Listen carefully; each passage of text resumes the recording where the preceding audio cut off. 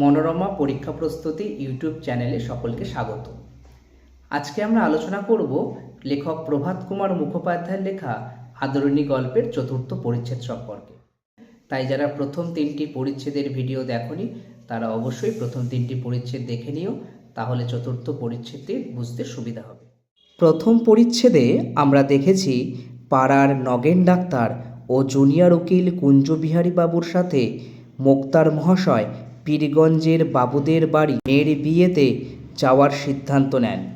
দ্বিতীয় পরিচ্ছেদে মোক্তার মহাশয় রাজবাড়ি থেকে হাতি আনানোর ব্যবস্থা করেন এবং মহারাজ নরেশচন্দ্রের কাছে একটি হাতি পাঠানোর আবেদন জানান। তৃতীয় পরিচ্ছেদে দেখা যায় মোক্তার মহাশয় রাজবাড়ি থেকে কোনো হাতি না পাওয়ায় তিনি নিজেই আদরিণী নামক একটি হাতি কেনেন। উল্লিখিত ঘটনার পর সুদীর্ঘ 5টি বৎসর অতীত হইয়াছে।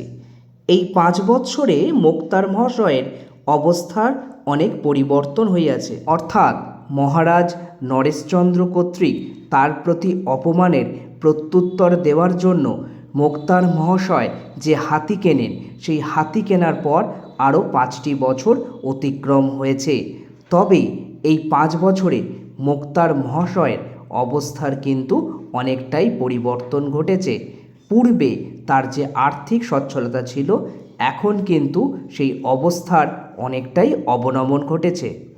নূতন নিয়মে পাশ করা শিক্ষিত মোক্তারে জেলাকোট ভরিয়া গিয়াছে। মোক্তার শব্দের অর্থ উকিল। পূর্বেও ইংরেজি জানা মোক্তার ছিল, তবে তারা কেউই মোক্তার মহাশয়ের বা জয়রাম মোক্তারের প্রতিদ্বন্দ্বী হয়ে উঠতে পারেনি। তারা কেউই জয়রাম মোক্তারির পথে বাধা সৃষ্টি করতে পারেননি। কিন্তু নতুন নিয়মে অনেক পাশ করা শিক্ষিত মোক্তারে জেলাকোট ভরে গেছে। শিথিল নিয়মের আইন ব্যবসায়ীর আর কদর নাই। শিথিল শব্দের অর্থ ঢিলে বা দুর্বল, কদর শব্দের অর্থ মূল্য বা মর্যাদা। অর্থাৎ জয়রাম মোক্তার তিনি কিন্তু পাশ করা মোক্তার ছিলেন না। এখন আর পাশ না করা মোক্তারদের তেমন কদর বা মর্যাদা নেই। ক্রমে ক্রমে মুখোপাধ্যায় মহাশয়ের আয় কমিতে লাগিল।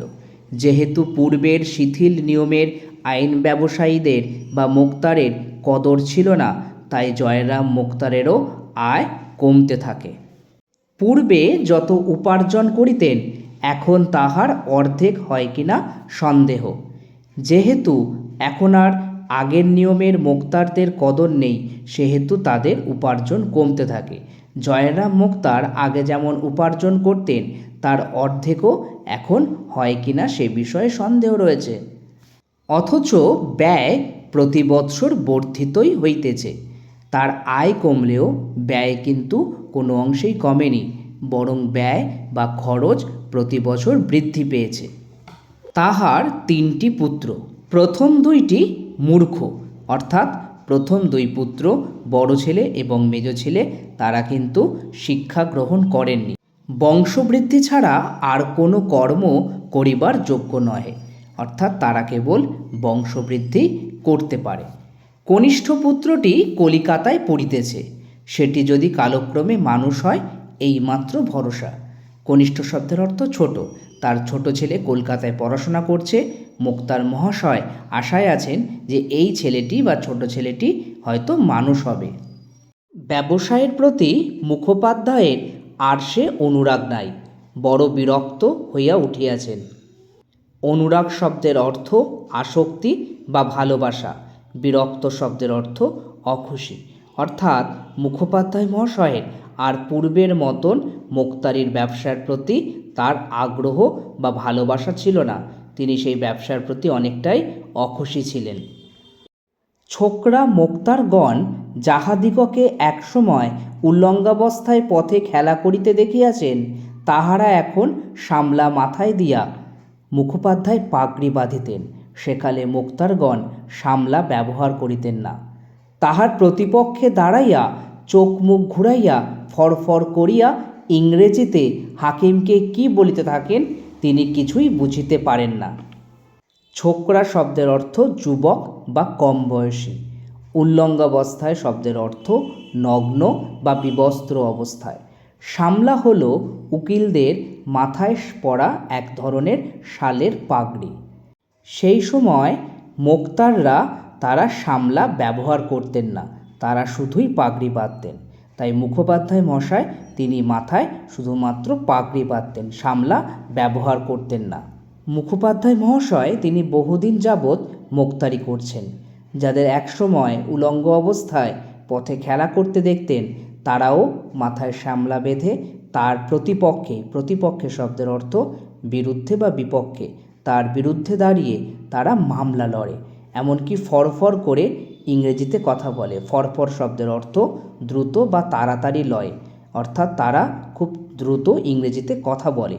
হাকিমের সাথে তারা কি বলে, হাকিম শব্দের অর্থ বিচারক, তারা হাকিমের সাথে কি কথা বলে সেটা মোক্তার মহাশয় বুঝতে পারেন না, কারণ মোক্তার মহাশয় তিনি ইংরেজি জানতেন না।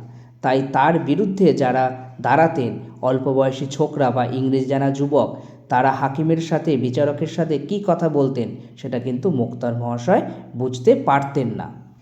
পার্শ্বস্থিত ইংরাজি জানা জুনিয়রকে জিজ্ঞাসা করেন, উনি কি বলছেন? জুনিয়র তর্জমা করিয়া তাহাকে বুঝাইতে বুঝাইতে অন্য প্রসঙ্গ উপস্থিত হয়। মুখের জবাব মুখেই রহিয়া যায়। নিষ্ফল রোষে তিনি ফুলিতে থাকেন। পার্শ্বস্থিত শব্দের অর্থ পাশে থাকা বা পাশে অবস্থিত। তর্জমা শব্দের অর্থ অনুবাদ বা ভাষান্তর। নিষ্ফল শব্দের অর্থ ফলহীন। রোষ শব্দের অর্থ রাগ। অর্থাৎ ইংরেজিতে যখন বিপক্ষে কথা বলতো, বিপক্ষের উকিল কথা বলতো, তখন মোক্তার মশাই কিছুই বুঝতে পারতেন না। তিনি পাশে থাকা কোনো জুনিয়রকে জিজ্ঞাসা করতেন যে তারা কি কথা বলছে। তখন জুনিয়র তা বাংলায় তর্জমা করে তাকে বুঝিয়ে দিতেন। তখন মোক্তার মহাশয় প্রত্যুত্তর দেওয়ার আগেই আবার অন্য বিষয় উঠে আসতো। ফলে মোক্তার মশাই পূর্বের কথার আর উত্তর দিতে পারতেন না, তার কথা মুখেই থেকে যেত। এবং যেহেতু তিনি প্রত্যুত্তর দিতে পারতেন না, সেই জন্যই তিনি নিষ্ফল রাগে ফুলে উঠতেন। তাছাড়া পূর্বে হাকিমগণ মুখুজ্জে মহাশয়কে যেরূপ শ্রদ্ধার চোখে দেখিতেন, এখনকার নব্য হাকিমগণ আর তাহা করেন না। নব্য শব্দের অর্থ নতুন, শ্রদ্ধা শব্দের অর্থ সম্মান। অর্থাৎ পূর্বের বিচারকরা মুখুজ্জে মহাশয়কে, মোক্তার মহাশয়কে যেরূপ সম্মান করতেন, শ্রদ্ধা করতেন, এখনকার নতুন হাকিমরা সেরূপ শ্রদ্ধা বা সম্মান করেন না। ইহাদের যেন বিশ্বাস যে ইংরেজি জানে না সে মনুষ্য পদবাচ্যই নহে। মনুষ্য পদবাচ্য শব্দের অর্থ মনুষ্য বলে বিবেচ্য। এই নতুন হাকিমেরা মনে করেন যে যারা ইংরেজি জানে না তারা মানুষ বলেই বিবেচ্য নয়, অর্থাৎ যারা ইংরেজি জানে না তারা মানুষই নয়। এই সকল কারণে স্থির করিয়াছেন কর্ম হইতে এখন অবসর গ্রহণ করাই শ্রেয়। এই সব কারণে তিনি ঠিক করেছেন তিনি তার মোক্তারির ব্যবসা থেকে তিনি অবসর গ্রহণ করবেন। শ্রেয় শব্দের অর্থ ভালো, অর্থাৎ তার অবসর গ্রহণ করাই এখন অধিক ভালো। তিনি যাহা সঞ্চয় করিয়াছেন তাহার সুদ হইতে কোনো রকমে সংসার যাত্রা নির্বাহ করিবেন। নির্বাহ শব্দের অর্থ সম্পন্ন বা চালানো, অর্থাৎ তিনি এতদিন যা কিছু সঞ্চয় করেছেন তার সুদ থেকেই কোনো মতে তিনি সংসার চালাবেন বা সংসারের খরচ মেটাবেন। প্রায় 60 বৎসর বয়স হইল, চিরকালই কি খাটিবেন? অর্থাৎ মোক্তার মহাশয়ের বয়স 60 বছর হয়েছে, তিনি এইভাবে আর খেটে যেতে পারবেন না। বিশ্রামের সময় কি হয় নাই?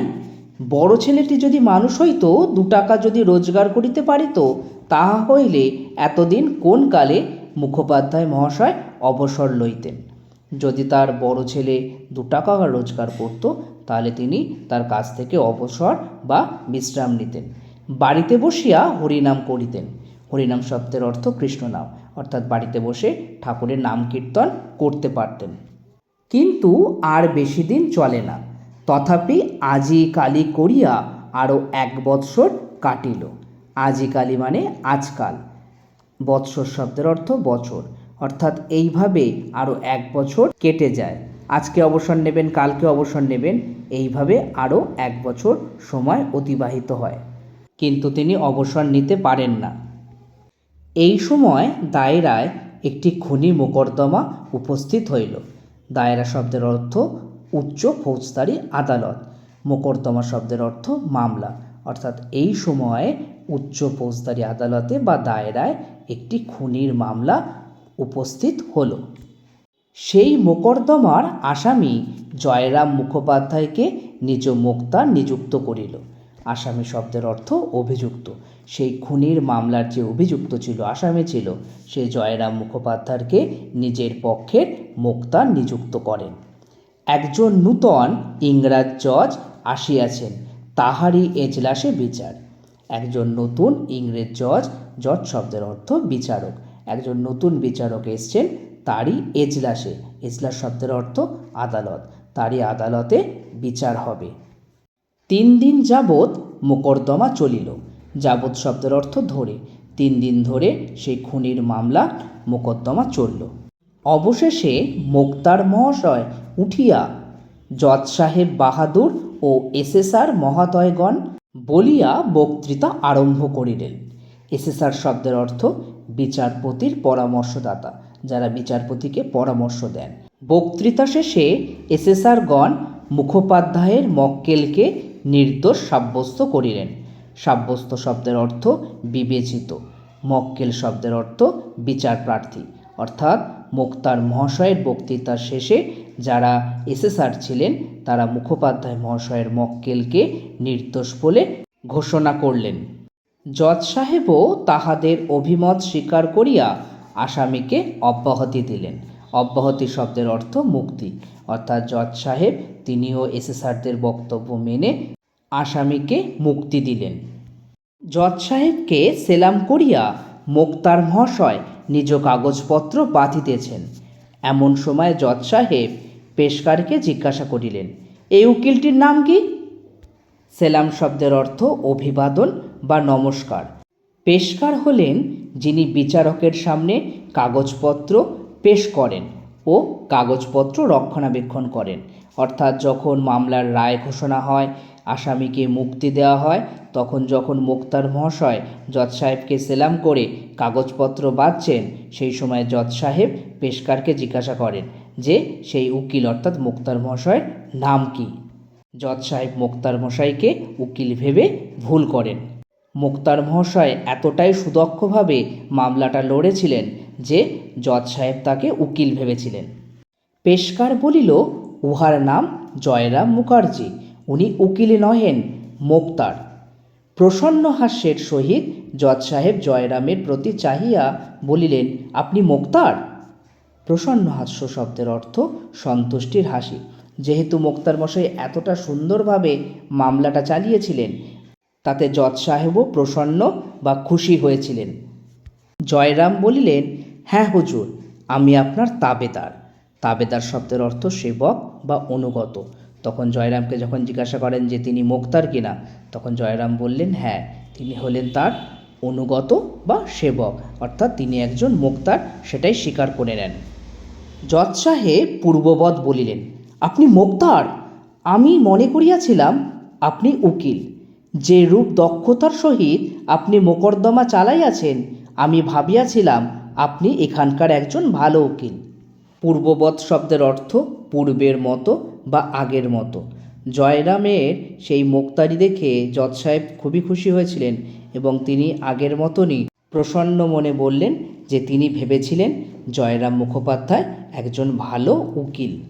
একজন পাশ না করা মোক্তার যে উকিলের মতো দক্ষতার সাথে মামলাটা চালিয়েছিলেন, তাতে জজ সাহেব ভীষণই খুশি হয়েছিলেন এবং তিনি মোক্তার মহাশয়ের প্রশংসা করেন। এই কথাগুলি শুনিয়া মুখোপাধ্যায়ের সেই ডাগর চক্ষু দুইটি জলে পূর্ণ হইয়া উঠিল। ডাগর শব্দের অর্থ বেশ বড়।